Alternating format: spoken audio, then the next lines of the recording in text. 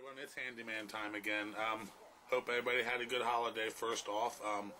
Really haven't been a whole lot going on. Me and Dale still have not been able to get back together and have another battle since his son started apprenticing at the shop. Understandable, he doesn't want to leave his son out of things, but I still would like to get back to doing some Warhammer with Dale. We had just really started getting into it. So hopefully we can find some time to squeeze some games in somewhere. I've been getting my Warhammer fix out going out with Anarchy Mike and gaming, but he hasn't been able to game the past 2 weekends either.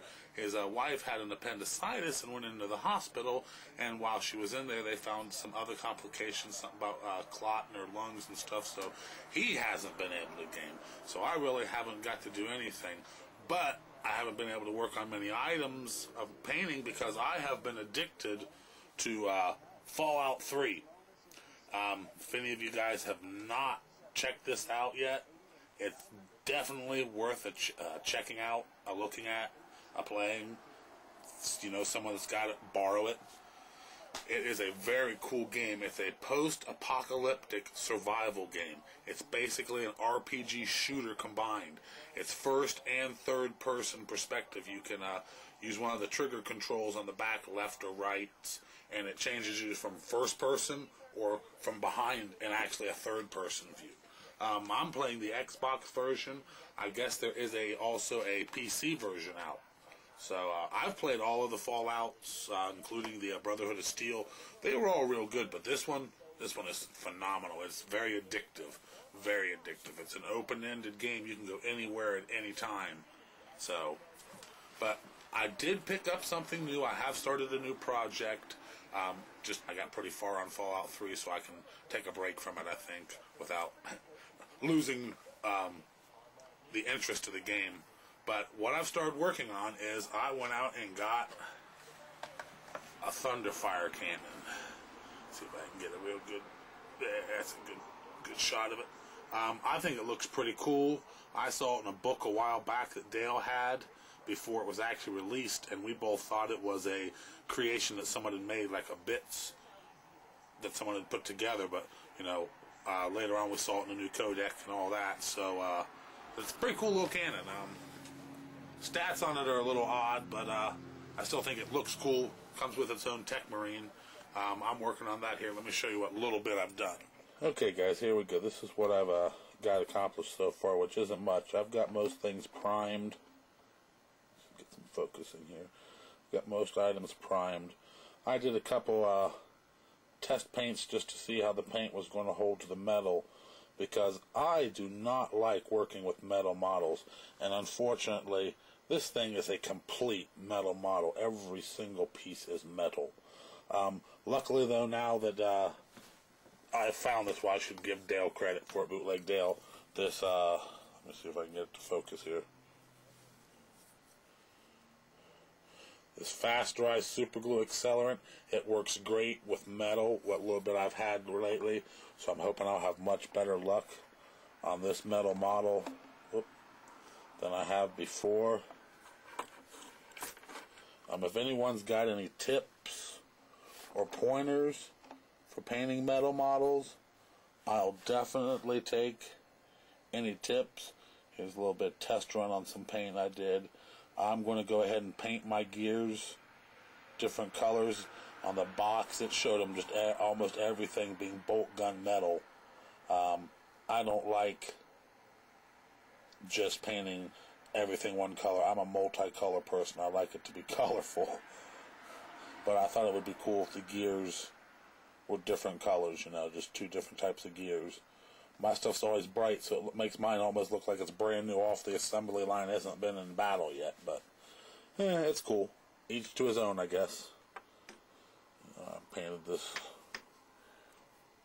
with a base coat of bolt gun. I'll paint this in the other areas different color. Yes, I am a person that I do a lot of my painting unassembled. That way I make sure everything gets covered. There are some places I can't see how you guys get to with some brushes to paint them. I'm not that good, so to make it easier on me, like to paint this stuff here, I'll paint it before I put it together. It might not even hardly ever be seen, but I just like it painted, and I can't get a brush in there to paint it right.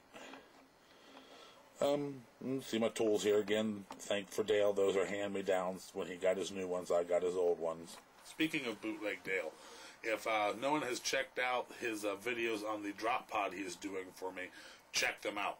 He is doing a kick-ass job on it. It is turning out wicked. I think he's got 5 videos posted on it so far. I don't really know on where the videos he is at compared to what I've seen up at the shop. But it's looking tight. It is turning out badass. I couldn't ask for a better drop pod, basically, for just buying it and having someone else put it together. Everybody wanted to see a drop pod put together, so he said go ahead and he'd build it if I bought it. So cool. I will probably give him something for it. I can't have him build me something for nothing. Just like when I get my tattoos and stuff, I don't get them for free. I pay him something, even if it's just a $50 tip. But, anyways, let me think here real quick. This is my color scheme I was going to use, or I'm planning on using. Got some Chaos Black, my glistening green, glittering green, some beaten copper. This blue here is a metallic. It's close to bolt gun, close to ultramarine blue, but a metallic color. There's some bolt gun metal there. Of course, shimmering gold, ultramarines blue, chaos black. Everything's got a little bit of black in it. Some red gore. I'll probably highlight a couple things with some red, and then some mithril silver. Like I said, if anybody else has any tips or pointers for doing metal models, please post your comments below. I can use all the tips I can get on metal. Like I said, I hate metal models. Okay, that's probably going to do it for this time, guys. It looks like I'm running a little low on time. I'm going to go ahead and get to this installment's pewter, and then probably that'll be it. Okay, here's this installment's pewter. It is the Grand Master. It's a pretty cool piece of pewter. It's not my favorite, but it's up there. It's a nice one. And the book's engraved and everything.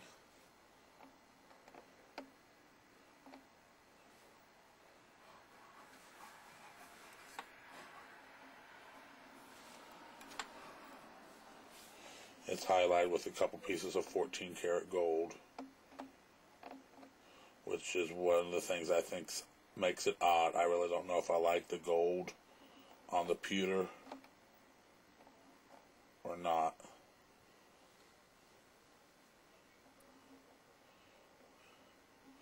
Kind of like Dale probably feels with a black and white tattoo. If you add any color to it, it's no longer a color. Or a black and gray tattoo, it's now a color tattoo. But it's a pretty detailed one. It's got a lot of extra little detail on it. The whole base has ruin carvings on it. All the way around it. Somewhere around here I've got the piece of paper that's got the deciphering on it. I can't remember where it's at. If anyone's interested on what it might say, let me know, and I'll try to dig up the paperwork on it to find out what the ruins say. But if no one's interested, I'm not going to waste my time trying to find it. Hopefully next weekend or this week I'll be able to get some Warhammer in and get an actual battle report in for you guys, but I really don't know. I don't look for Dale to have any free time really to do a little side Warhammer, and it all depends on how Anarchy Mike's old lady Bobby Joe's doing. You know, life and family before gaming, guys. You know how it goes. Well, everybody have a good one. This is Handyman. Later, guys.